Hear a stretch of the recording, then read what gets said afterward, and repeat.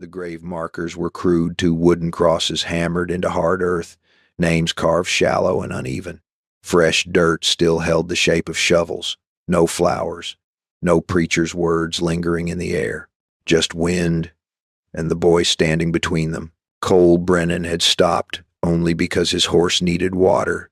The creek ran close to the hillside cemetery, a lonely patch of fenced ground outside a town too small to remember its own name. He'd filled his canteen, checked the saddle, and was reaching for the reins when he saw the kid, 10, maybe 11 years old. Dark hair stuck to his forehead with sweat, shirt too big, hands clenched at his sides, standing so still he might have been carved from the same wood as the crosses. Cole didn't move, didn't call out. He'd learned long ago not to intrude on grief. It had teeth, and it bit when cornered. But the boy turned. His eyes found Cole across the distance, and something in that gaze made Cole's chest tighten. Not fear, not anger, something older, something that didn't belong in a child's face. The boy took a step forward, then another. He walked slow, deliberate, like a man approaching a stranger in a saloon, weighing his words before he spoke them. Cole waited. When the boy stopped a few feet away, he didn't look down, didn't shuffle his boots in the dust. He met Cole's eyes straight on. "Sir," the boy said. His voice was quiet, but it didn't waver. "Can you be my witness?" Cole's hand stilled on the saddle leather. He studied the boy, the dirt under his nails, the tear tracks dried on his cheeks, the way his jaw was set like he was holding back a flood. "Witness to what?" Cole asked. The boy glanced back at the graves. "To an oath." The wind picked up, carrying dust across the hillside. The crosses swayed slightly, their shadows stretching long in the late afternoon light. Cole looked past the boy to the markers. No dates, just names. Thomas and Eleanor. "Your folks?" Cole asked. The boy nodded once. Cole let the silence settle. He knew better than to ask how. The West didn't care how.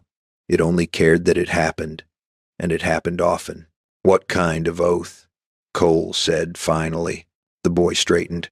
"I'm going to find the man who killed them, and I'm going to make him answer for it." The words came out clean, no hesitation, like he'd been practicing them, like they'd been burning in his throat since the first shovel of dirt hit the coffins. Cole felt something old and familiar stir in his gut, a warning, maybe, or a memory. He'd heard boys talk like this before. Hell, he'd been a boy like this once, and he knew where that road led. "That's a hard road, son," Cole said quietly. "I know. You got a name. Sam. Sam Porter." Cole nodded. "Cole Brennan." Sam didn't offer his hand. Neither did Cole. There was something about the moment that didn't call for pleasantries. "Why do you need a witness?" Cole asked. Sam looked back at the graves again, and for the first time his voice cracked just slightly. "Because they should know someone heard it. Someone who'll remember." Cole's jaw tightened. He'd spent the better part of 10 years trying not to carry other people's weight. He'd walked away from towns, from fights, from women who wanted him to stay. He traveled light because heavy things broke a man down slow. But the boy standing in front of him wasn't asking for much. Just to be seen. Just to have his words mean something to someone other than the wind. Cole exhaled through his nose. He didn't believe in signs. Didn't believe the universe put people in your path for a reason. But he also couldn't walk away from this, not without it following him. "All right," Cole said. "Say your piece." Relief flickered across Sam's face, brief but bright. He turned and walked back to the graves. Cole followed, leading his horse by the reins. The animal's hooves crunched softly on the dry grass. Sam knelt between the two crosses. He placed one hand on each mound of dirt, fingers pressing into the earth like he was trying to hold them there. His head bowed. Cole stood a few paces back, hat in his hands. For a long moment, Sam didn't speak. His shoulders rose and fell with slow, measured breaths. Then, quietly, he began. "Ma, Pa." His voice was steady now, stronger. "I know you told me not to carry hate. I know you said mercy's the only thing that keeps a man whole. But I can't let this go." His fingers curled into the dirt. "I'm going to find him. The man with the scar on his jaw. The one who came to the house that night. I'm going to find him. and I'm going to make him tell me why. And then I'm going to make sure he never does it again." Sam lifted his head, staring at the crosses like he was waiting for them to answer. When they didn't, he continued, "I swear it on your lives. I swear it on the home you built. I swear it on every word you ever taught me." His voice dropped to a whisper. "I'm sorry I couldn't stop him." The last words broke something in the air. Cole felt it a shift, like a door closing somewhere deep inside the boy. He'd seen it before, the moment a child stopped being a child. Sam stood slowly, brushing the dirt from his hands.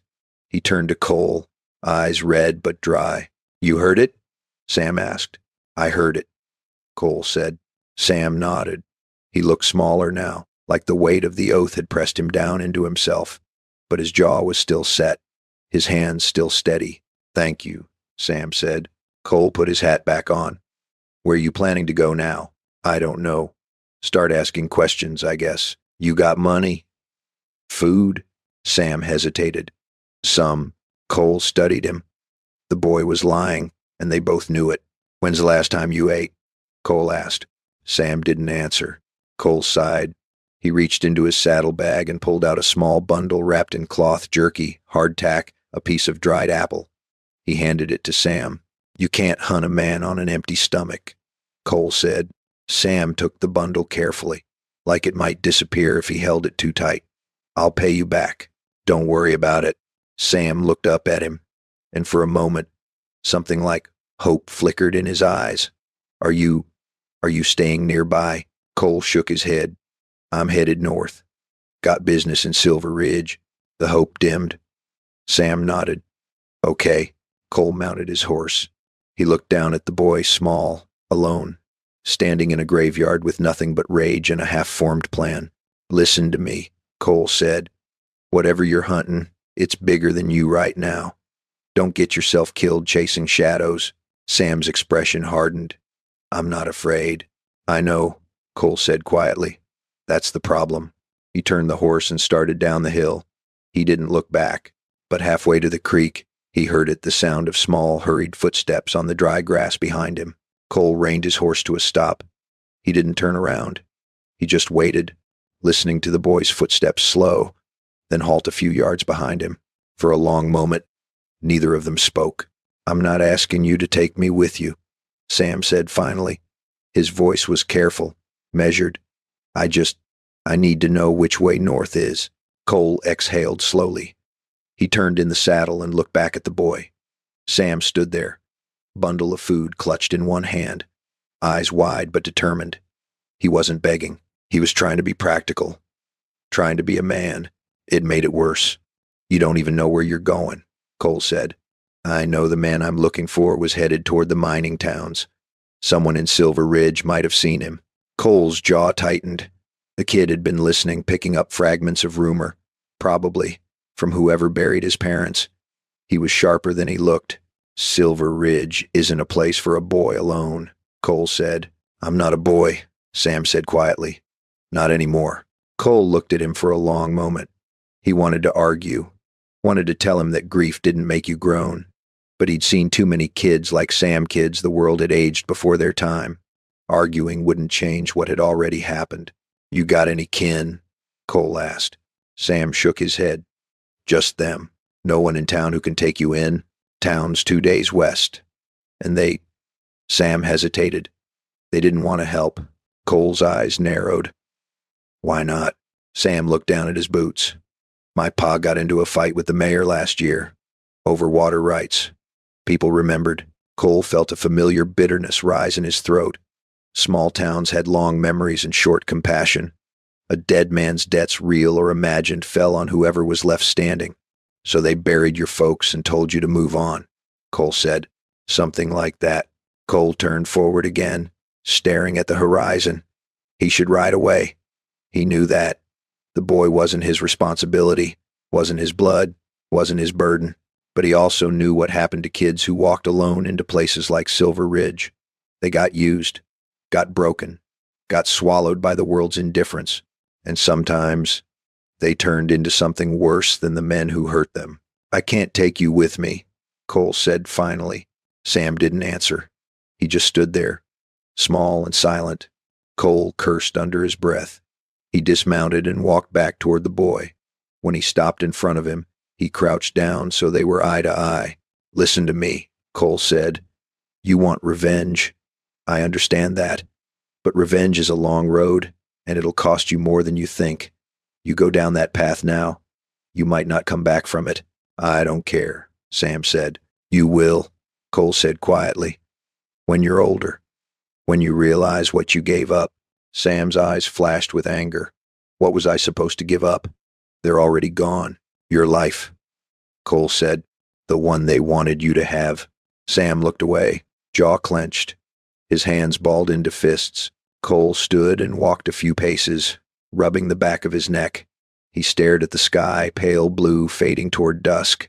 He thought about the kid's oath, the way he'd pressed his hands into the dirt like he was making a promise to the bones beneath. He thought about his own promises, the ones he'd kept, the ones he'd broken. I'll make you a deal, Cole said, turning back. You come with me to Silver Ridge. You stay close, you stay quiet, and you don't do anything stupid. I'll ask around about your man discreetly. If I find anything, I'll tell you. If I don't, you go somewhere safe, somewhere you can start over. Sam's eyes widened. You'd do that? I didn't say I'd help you kill him, Cole said sharply. I said I'd help you find him. What happens after that? That's between you and God. Sam nodded quickly. Okay, I'll do it. Cole pointed a finger at him. But you listen to me. You follow my lead. You don't talk to strangers. You don't go off on your own. Understood? Yes, sir. Cole studied him for a moment longer, then sighed. Get on the horse. Sam's face lit up. He scrambled toward the animal, and Cole helped him up into the saddle. The boy was lighter than he looked too light.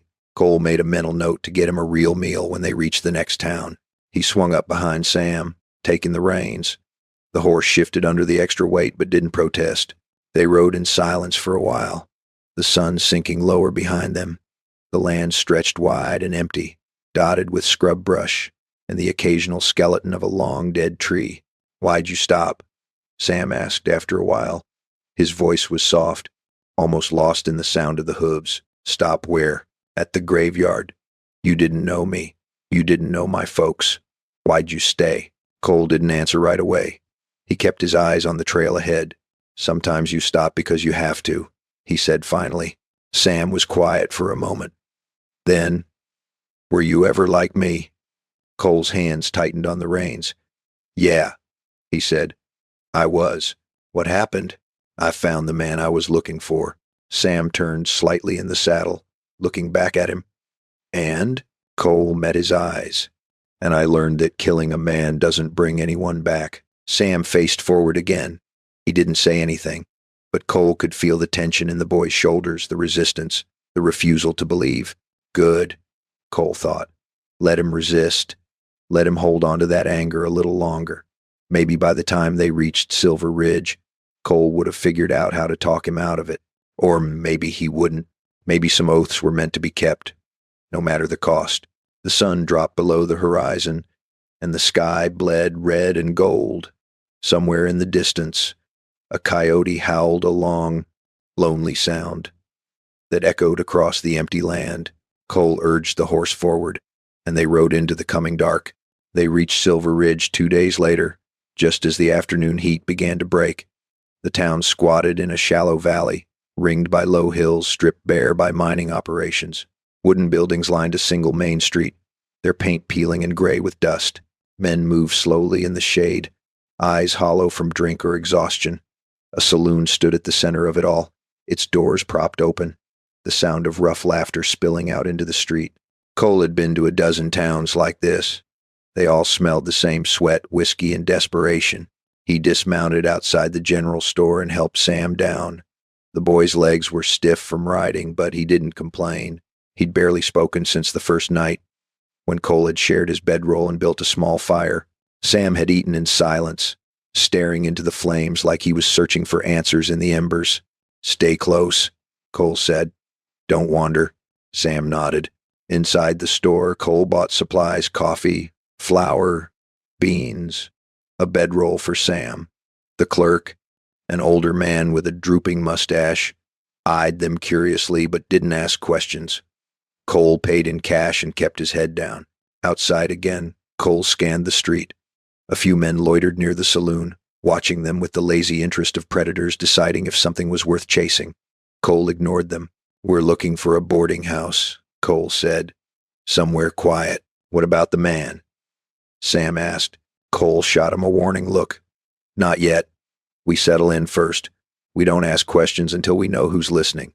Sam's jaw tightened, but he nodded. They found a boarding house on the east end of town, a narrow two-story building run by a widow named Mrs. Coulter. She was thin and sharp-eyed, but she didn't pry. Cole paid for a week in advance and took a room with 2 beds. Once inside, Cole dropped the supplies on the floor and sat heavily on one of the beds. Sam set his small bundle down and went to the window, looking out at the street below. "We'll start asking around tomorrow," Cole said, quietly. "We'll talk to the shopkeepers, the stable hands, people who notice strangers." "Why wait?" Sam asked, still staring out the window. "Because this town's already watching us," Cole said. "We show up and start asking about a killer. People will talk, and if your man's still around, he'll hear about it." Sam turned, frustration flashing in his eyes. "So what, we just sit here?" "We wait," Cole said firmly. "We watch. We listen. Patience keeps you alive." Sam looked like he wanted to argue, but he bit it back. He crossed his arms and leaned against the wall, sulking. Cole sighed. "I know you want this over, but rushing gets you killed. Trust me." Sam didn't respond. That night, Cole left Sam in the room and went down to the saloon. He ordered a whiskey and took a seat in the corner, where he could watch the room. The place was crowded: miners, drifters, a few cowboys. The air was thick with smoke and the sound of clinking glasses. Cole nursed his drink and listened. Most of the talk was mundane claims that had dried up, disputes over card games, complaints about the heat.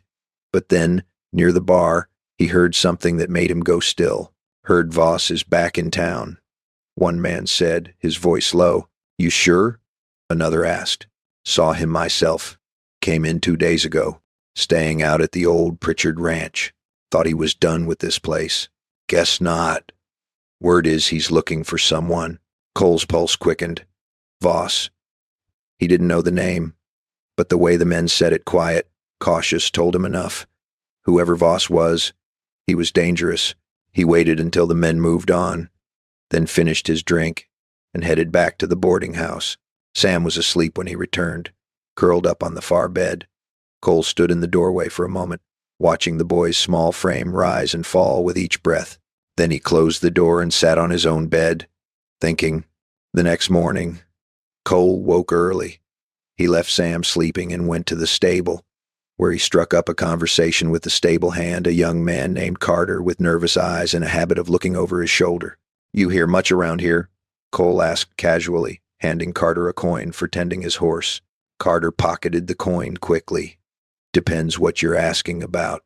"Strangers," Cole said. "Anyone passing through in the last month or so. Man with a scar on his jaw, maybe." Carter's face went pale.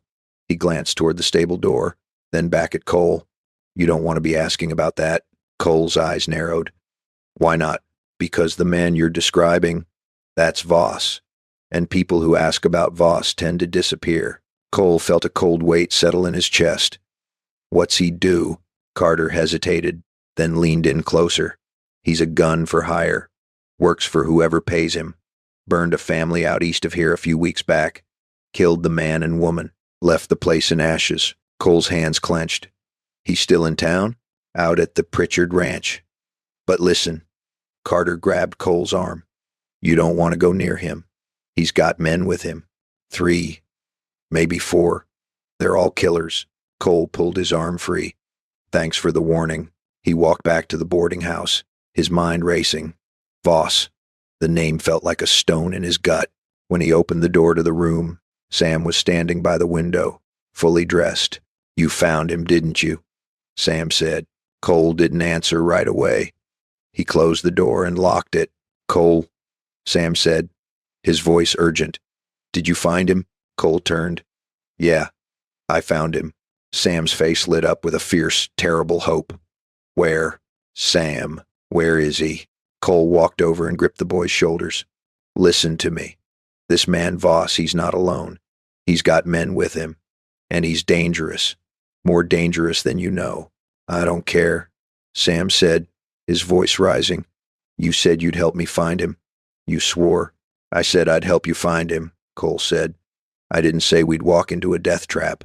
Sam wrenched himself free. You're scared. Damn right I'm scared, Cole said. And you should be too. Sam stared at him, breathing hard. Then, quietly, I made an oath. I know. I have to keep it. Cole looked into the boy's eyes, so much fire, so much pain, and he saw himself at that age, burning with the need for justice, blind to everything else. All right, Cole said finally, but we do this my way. Understand? Sam nodded quickly. Yes. Then we start planning, Cole said, because if we're going after Voss, we're only going to get one chance. They spent the rest of the day in the room, planning. Cole drew a rough map on a piece of paper, the town, the hills, the road that led to the Pritchard Ranch. He marked distances, counted hours, thought through every angle. Sam sat across from him, watching intently. We're not going in there to fight, Cole said. We're going to watch, learn his routine, see when he's alone. And then what? Sam asked. Cole met his eyes. Then we decide. Sam nodded, but there was something in his expression, something hard and uncompromising that made Cole uneasy. That evening, Cole went down to the boarding house's small dining area and brought back 2 plates of stew. Sam ate hungrily, shoveling spoonfuls into his mouth like he hadn't seen food in days, which, Cole realized, he probably hadn't not real food. Slow down, Cole said. You'll make yourself sick. Sam paused, swallowing hard, then forced himself to eat more slowly. They ate in silence for a while. Then Sam set his spoon down and looked at Cole. Why are you helping me? He asked. Cole didn't look up. Already told you. No, you didn't. You said you stopped because you had to. But you didn't have to take me with you. You didn't have to do any of this. Cole set his own spoon down and leaned back in his chair.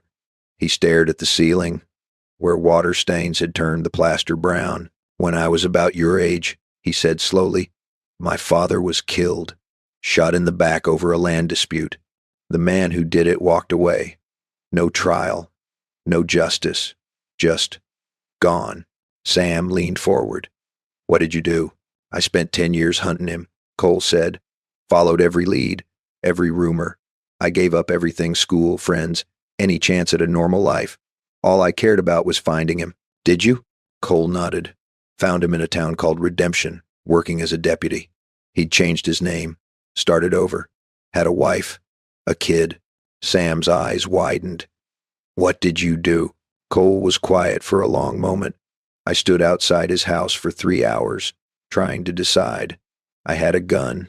I had the shot. I could have ended it right there. But you didn't. No, Cole said. I didn't. Because I looked through the window and saw him reading to his daughter. And I realized something. What? That killing him wouldn't bring my father back. Wouldn't undo the years I'd lost. It would just make me a killer too. And it would destroy that little girl the same way his bullet destroyed me. Sam's face hardened. So you just walked away? I turned him in to the federal marshal, Cole said. He went to prison. Died there a few years later. He looked at Sam. I got justice, but I didn't get revenge. And I learned the difference. Sam looked down at his hands. His fingers were trembling slightly. You think I'm wrong, he said quietly. I think you're hurt, Cole said. And I think you're carrying something that's too heavy for a kid your age. But I also know I can't talk you out of it. Nobody could have talked me out of it either. Sam's voice cracked. He killed them. He burned our house. His breath hitched. My ma tried to stop him. She stood in front of my pa, and he shot her anyway. And then he looked at me, and he smiled. Cole felt his chest tighten. You were there? Sam nodded, tears streaming down his face now. I was hiding, in the root cellar. I heard everything, and I couldn't. I couldn't do anything. Sam, he smiled. Sam whispered. Like it was funny. Like their lives didn't matter. Cole stood and crossed the room. He knelt in front of the boy and gripped his shoulders. Listen to me, he said. What happened to your parents wasn't your fault. You understand? You were a kid. You did what you had to do to survive. I should have done something, Sam said, his voice breaking. I should have. You'd be dead, Cole said firmly. And your parents wouldn't want that. They'd want you alive. They'd want you to have a life. Sam shook his head, sobbing now. I can't. I can't just let him go. Cole pulled the boy into his arms, and Sam collapsed against him, all the grief and rage and guilt pouring out in ragged, choking sobs. Cole held him tightly, one hand on the back of his head, and let him cry. It went on for a long time, minutes, maybe longer. Cole didn't move, didn't speak. He just held the boy and let him break. When Sam finally pulled away, his face was red and swollen. He wiped his eyes with the back of his hand, embarrassed. I'm sorry, he muttered.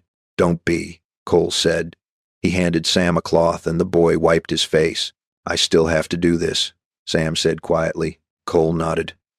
I know, but thank you for listening. Cole stood and returned to his chair. He looked at Sam for a long moment, then said, We'll find Voss. We'll make sure he answers for what he did, but we do it smart. We do it right, agreed. Sam nodded. Agreed. That night, they sat together by the window, watching the stars emerge one by one over the darkened town. The street below was quiet now. The saloon lights dimmed, the sound of voices fading into the distance. You think they're watching? Sam asked, looking up at the sky. Your folks? Sam nodded. Cole considered the question. I think, if they are, they're proud of you. For surviving. For being strong. Sam was quiet for a moment. Then, I miss them. I know, Cole said. They sat in silence after that, the night settling around them like a blanket. And for the first time since they'd met, the weight between them felt a little lighter. They left before dawn, riding out of Silver Ridge under a sky still thick with stars. The Pritchard Ranch lay 6 miles north, tucked into a fold of hills where the land turned rocky and sparse. Cole had spent the previous evening gathering what information he could. Voss and his men had taken over the abandoned ranch, using it as a base while they conducted their business. Whatever that business was, it wasn't legal. Sam rode behind Cole in silence, his small hands gripping the saddle horn. Cole could feel the tension radiating off the boy, the coiled energy of someone about to step off a cliff. When they reached the ridge overlooking the ranch, Cole dismounted and pulled Sam down after him. They crouched behind a cluster of boulders and looked down at the buildings below. The main house was a sagging 2-story structure, its roof patched with rusted tin. A barn stood beside it, doors hanging loose on broken hinges. 3 horses grazed in a makeshift corral. A thin line of smoke rose from the house's chimney. There, Cole whispered, pointing. 2 men by the barn. 1 inside the house, probably. That leaves 1 unaccounted for. Sam's eyes were locked on the house. Which one is Voss? Don't know yet. We wait. They waited for nearly an hour, watching the ranch come to life. 2 men emerged from the barn, rough-looking, armed. They argued briefly, then one headed toward the hills to the west, disappearing into the scrub. Then the door to the house opened, and a man stepped out. Sam went rigid. That's him. Cole looked at the man, tall, broad-shouldered, with a scar running from his jaw to his ear. He moved with the easy confidence of someone who'd never known consequence. You sure? Cole asked. I'm sure, Sam whispered, his voice tight with rage. Cole watched Voss cross the yard and enter the barn. The other man followed, leaving the house empty. This is our chance, Cole said, but we have to be smart. We get him alone. We don't engage the others unless we have to. Sam nodded, but his hands were trembling. Cole led them down the far side of the ridge, moving quickly but carefully through the rocks and brush. They circled around to the back of the barn, where a gap in the wooden slats offered a view inside. Voss stood near a table, studying a map. The other man was checking rifle cartridges, his back to them. Cole pulled his revolver and checked the cylinder. Stay behind me, he whispered to Sam. If shooting starts, You run. Understand? Sam didn't answer. Sam, Cole hissed. Do you understand? Yes, Sam said finally. Cole eased toward the barn door. He slipped inside, moving along the wall, keeping to the shadows. Sam followed, quieter than Cole expected. Voss didn't look up. Took you long enough, Carter. What'd you find? Cole stepped into the light, gun raised. He didn't find anything. But I did. Voss's head snapped up. His hand went to his holster, but Cole cocked the hammer on his revolver. Don't, Cole said. The other man spun, reaching for his rifle, but Cole fired a warning shot that splintered the wall beside the man's head. The man froze. Hands where I can see them, Cole said. Both of you. Voss raised his hands slowly, his eyes narrowing. Who the hell are you? Doesn't matter, Cole said. What matters is the boy standing behind me. Voss's gaze shifted, and his expression changed, recognition flickering across his face. The Porter kid. Sam stepped forward, and Cole saw the boy's hand shaking as he raised the small revolver Cole had given him that morning. You remember me? Sam said. Voss smiled, a cold, ugly thing. Yeah, I remember. You were in the cellar. Smart kid. Why? Sam's voice cracked. Why did you kill them? Because I was paid to, Voss said simply. Your old man pissed off the wrong people. I just did the job. They didn't do anything, Sam said, his voice rising. They were good people. Maybe, Voss said. But good don't pay the bills, kid. Sam's hand tightened on the gun, and Cole saw his finger move toward the trigger. Sam, Cole said quietly. Don't. He killed them. Sam whispered. I know, Cole said. But if you pull that trigger, you become him. You understand? You become the thing you hate. Sam's face twisted with anguish. He deserves it. Maybe he does, Cole said. But you don't deserve what it'll do to you. Voss laughed, a short, bitter sound. Listen to the man, kid. He's trying to save your soul. Shut up, Cole snapped. He kept his gun trained on Voss, but took a step closer to Sam. Listen to me. Your parents wouldn't want this. They'd want you to live, to be better than this. Tears streamed down Sam's face. I can't just let him go. You're not, Cole said. We're taking him to the marshal. He'll hang. Legally. The right way. Sam's hand wavered. He smiled. When he killed them, he smiled. I know, Cole said gently. And he'll pay for that. But not like this. Not by your hand. For a long, agonizing moment. Sam stood frozen, the gun raised, his whole body shaking. Then, slowly, he lowered it. Voss's smile faded. Good choice, kid, Cole said.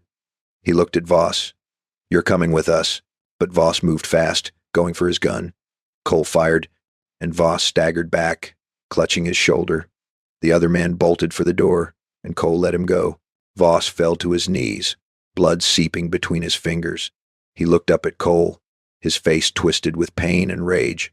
You should have let the kid do it. Voss gasped. Would have been faster. Cole holstered his gun and pulled rope from his belt. You'll live long enough to hang. That's all that matters. 3 weeks later, Cole and Sam stood outside the courthouse in Silver Ridge, watching as Voss was led in chains toward the gallows. A crowd had gathered, miners, townsfolk, people from the surrounding ranches. Justice, when it came, drew an audience. Sam stood quietly beside Cole, his face unreadable. You all right? Cole asked. Sam nodded. Yeah, I think so. They watched as the noose was placed around Voss's neck. The man didn't struggle, didn't speak. He just stared out at the crowd with dead eyes. When the trap door opened, Sam flinched, but didn't look away. Afterward, as the crowd dispersed, Cole and Sam walked back toward the boarding house. The sun was high, the air warm. What now? Sam asked. Cole glanced at him. What do you mean? I mean, what do I do now? Cole stopped walking. He looked at the boy, still small, still young, but different somehow. Older. You live, Cole said. You go to school. You find work. You make a life your parents would be proud of. Sam looked down. I don't know if I can. You can, Cole said. I've seen you. You're stronger than you think. Sam was quiet for a moment.